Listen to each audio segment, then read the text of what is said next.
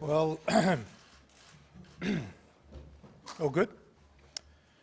Firstly, on behalf of the government, with my colleague and friend, the Minister of Finance, I truly want to express my gratitude and appreciation to Tony Shepherd and to the Commissioners and to Peter Crone and the Secretariat on their enormous effort in putting together the recommendations of the Commission of Audit. It is clearly a very comprehensive document that focused on, of course, the largest areas of expenditure, which also happen to be the fastest growing areas of expenditure in the Commonwealth budget. There are 86 recommendations. Some of the recommendations the government will be proceeding with in the budget. Other recommendations the government will not proceed with. Some other recommendations are clearly in the public domain for debate and discussion. What this report proves is that we have inherited a mess. The challenge now is to get on with the job of fixing the mess, and we will. In the budget, in May, we will outline the first word in responding to the major structural challenges left behind by our predecessors. The fact is that unless structural reform is undertaken, Australians will have a lesser quality of life in the future than they have today. And that's why we got on with the job of commissioning this report. That's why we got on with the job of dealing with some of the structural challenges that have been left behind by the previous government. I have no doubt that there will be many issues that are highly contentious and somewhat difficult for various stakeholders and some in the community to accept. But there is an overwhelming challenge here, and that is to ensure that the budget is structurally fit for the future. We are addressing it and we are focused on it. I'm going to ask the Minister of Finance to say a few words and then we'll throw it open to you. Thank you very much, Treasurer. What the Commission of Audit report clearly shows is that the spending growth trajectory that we've inherited from Labor is unsustainable and needs to be addressed. What it shows is that on top of $123 billion worth of projected deficits we found after the election, the spending growth trajectory we inherited from Labor continues to deteriorate beyond the current forward estimates, unless we take corrective action.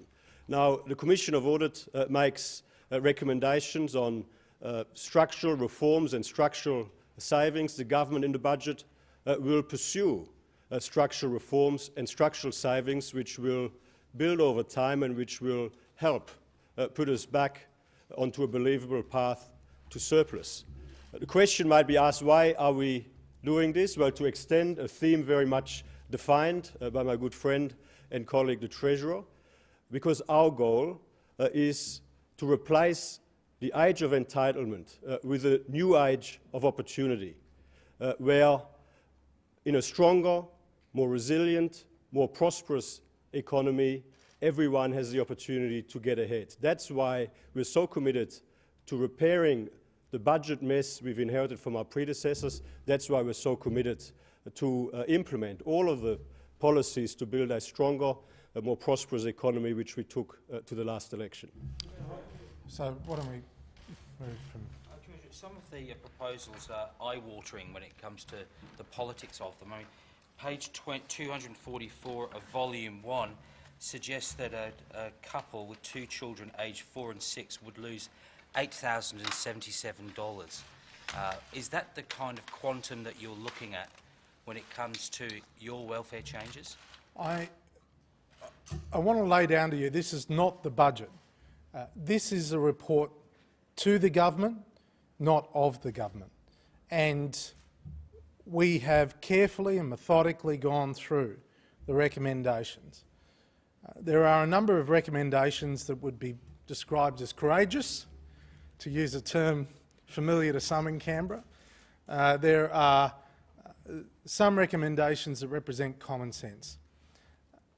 When you see our budget, you'll understand that we are focused on responding to the challenge in a measured and methodical way. We're not going to cherry-pick a part of the report and say, well, that's it, it's all done, job over, the way the previous government did with the Henry report. We are going to go through all of the initiatives carefully, as we have done. Some will go to a Federation white paper in discussion with the states. Some, obviously, will go into other processes. For example, we've currently got a productivity inquiry into childcare. So there are other processes. Phil, sorry. Nowhere in the report does it mention lifting income taxes.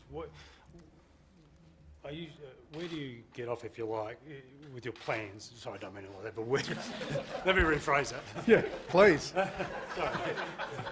Some people might I'm not an ask, accountant. Some people might ask, what do you say to voters who were told before the election there would be no increase, by the Prime Minister, there would be no increase in taxes, and it's now clear that you're planning one this side of the next election? Phil, the brief for the Commission of Audit was to deal with expenditure. We're going to have a tax white paper that is going to deal with the structural issues in taxation, and we'll take that to the next election. Frankly, can I say to you something? I mean, all this talk about broken promises and so on, of course we are endeavouring to keep our promises, and we will. But the bottom line is the Labor Party promised the budget to get back to surplus, and it never will. It never will. Because they left behind structural costs that will exceed the revenue that will come to the budget. So please, this idea somehow that everything we have ever said is going to be held against what has moved on us, because the previous government basically misled the Australian people about the state of the budget, is kind of ridiculous. However, we are keeping our promises. We are keeping our solemn promises. Now that means that some of the initiatives that we have to roll out will occur after the next election so that we can get a new mandate. But we can't have a do-nothing budget, and we will not have a do-nothing budget. If I might just add here as well, the recommendations in the Commission of Audit report invariably are for structural reforms and structural savings. The government is very much focused on implementing structural reforms and structural savings in the budget. However, structural savings, good structural savings, genuine structural savings, start low and build over time. Given the size of the task that we inherited from the previous government, there is a need for an immediate effort in the short term to get us in a stronger starting position as we embark on this important task to repair the budget. Now, our commitment is that special immediate effort is as fairly and equitably spread across the community as possible. Our commitment is to ensure that any immediate short-term effort is as well targeted and as well targeted as possible, and is time limited. Does that mean that a deficit tax of some kind is absolutely locked in now because it's the only way to get the rich? And why do it if Labor and the other parties are going to block it in the Senate anyway? Well, I mean, the implication of what Bill Shorten said the other day, who apparently doesn't want to do his bit to help repair the budget mess that Labor left behind, the implication of what he said when he argued that Labor would not be part of any tax increases is that 100% of the burden to deal with the legacy of deficits and debt that Labor left behind should be imposed on lower income families. Now, we don't think that's right. We think that it is important that the effort is spread fairly and equitably across the whole community in the short term, while the structural savings have got time to build up and deliver dividends over the medium to long term. Sorry, we'll get through. Mr Shepherd said to us earlier that his report quite deliberately started slow and built up because you needed to not hit the economy too hard and because you needed time to take people with you. So my first question is, why do you need to do something straight away and quick? Why can't the measures to hit the rich take time like these measures? And the second question is there anything any of the measures in this report that you would rule out today? No, we're not in the business of ruling in, ruling out today.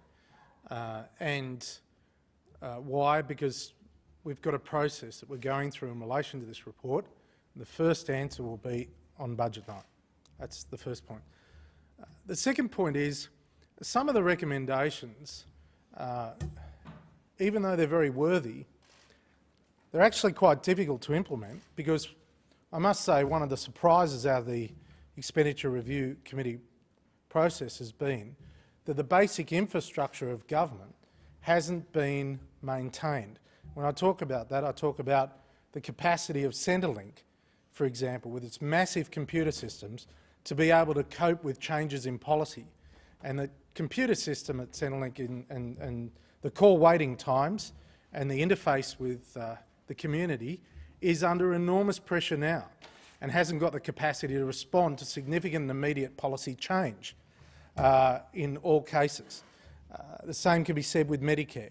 And that has been a surprise for us, which means we are, at the end of the day, going to have to spend a hell of a lot of money, in the billions, to try and repair the basic infrastructure of government to be able to deliver some of the policy changes.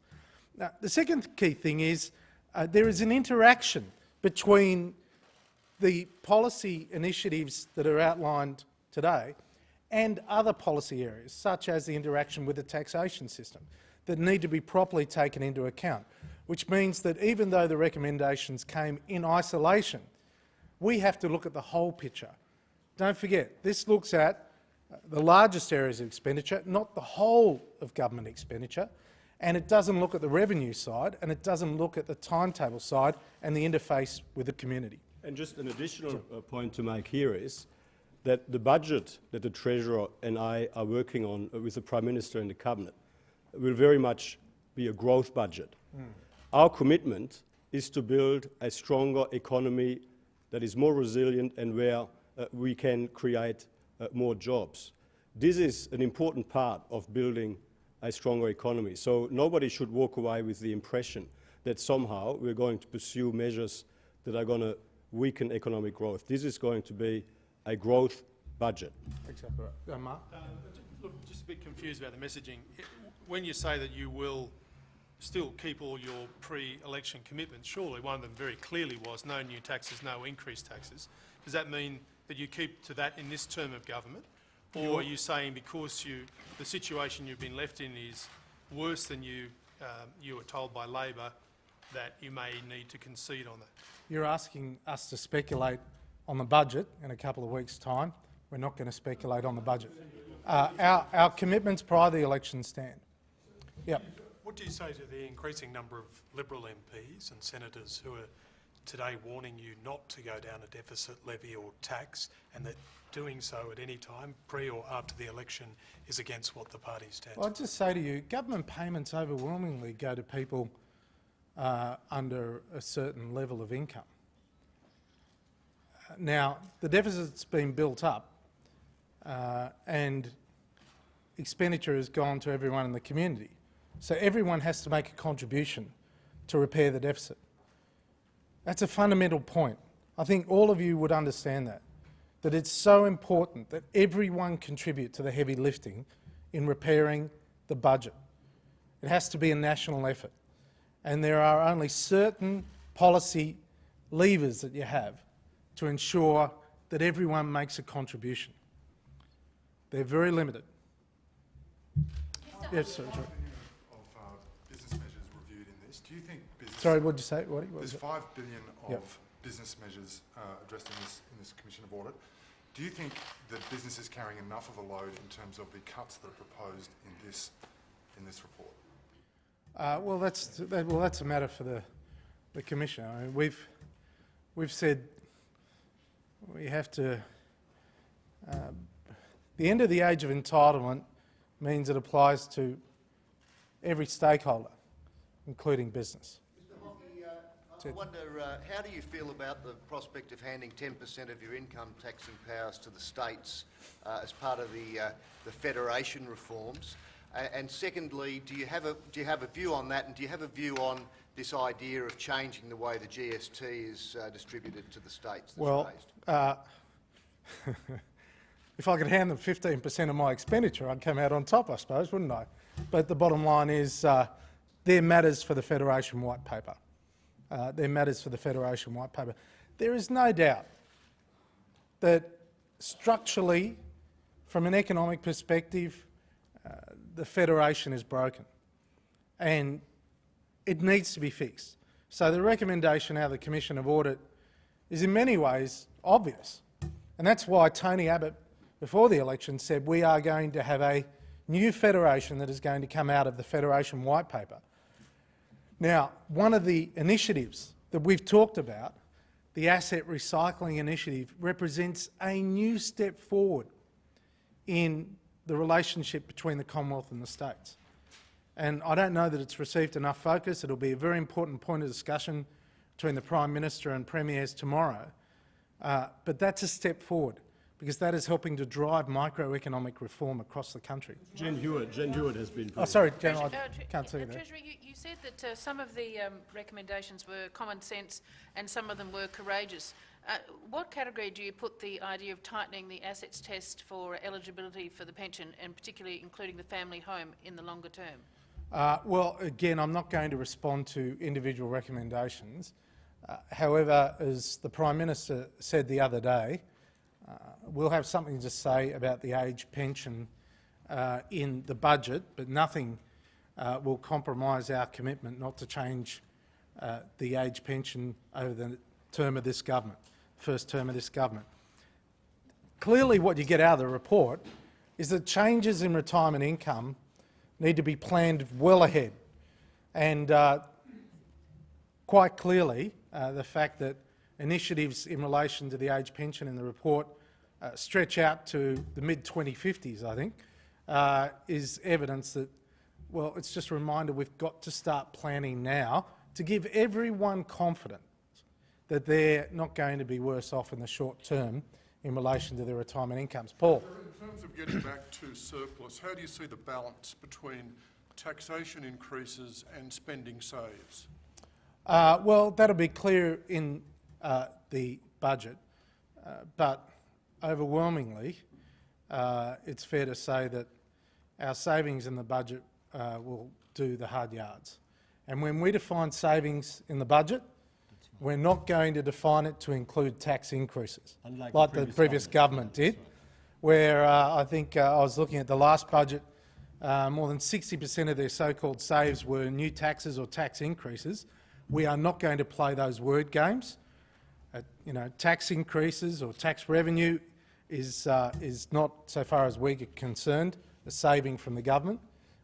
It's taking, in some cases, and where necessary, savings from the community. Sorry, just give everyone a chance. Yep.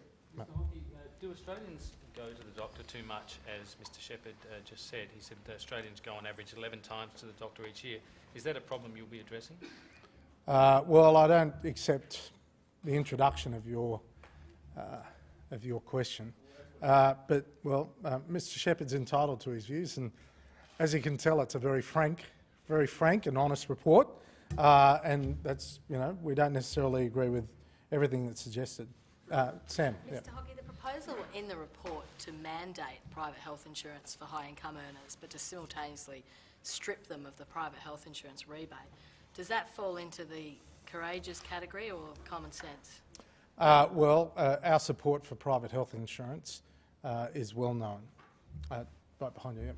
Treasurer, I just wanted to ask you, there's a fairly significant list of suggested privatisations in the report, up to 10. Can I just ask, philosophically, where do you stand on some of those, like Australia Post, ASC, etc.?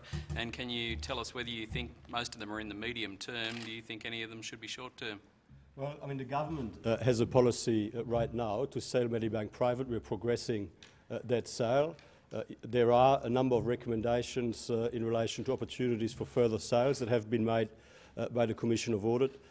We are considering all of their recommendations, and the decisions that we ultimately make will be reflected in the budget. Treasurer, do you agree with the proposition? Treasurer, if, as you say, there are only certain policy levers available to you, why did you and the Prime Minister rule out tax increases before the election? Well, tax is self-evidently going to increase because it's increasing as a share of GDP. Yes. Treasurer, the Commission clearly did not like the idea of increasing defence spending to 2% of GDP within a decade.